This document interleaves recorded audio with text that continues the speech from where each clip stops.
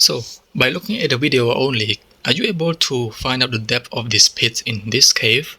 By using only the information in this video and your math and physics knowledge? Well, I'm giving you 5 seconds to find out the answer.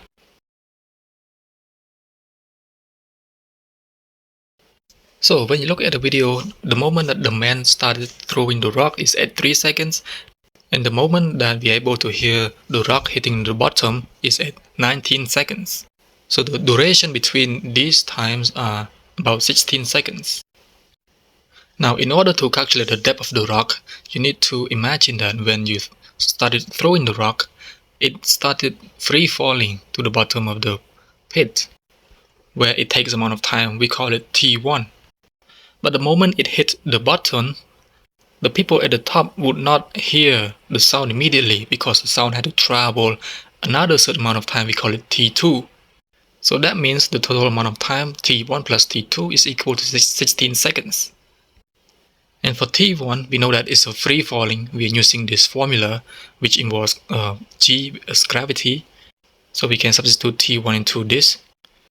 So for T2, we know that it's equal to the depth divided by the speed of sound. And we can substitute into this as well.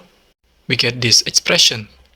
So after that, the information that we know are the G, which is the gravity, which is equal to about 10 meters per second squared, and the speed of sound is about 340 meters per second. We can substitute both values into the equation. We get this equation that has one variable.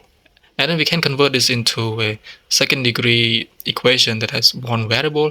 Having used the quadratic formula, we get the answer of the approximation of the depth is 894 meters.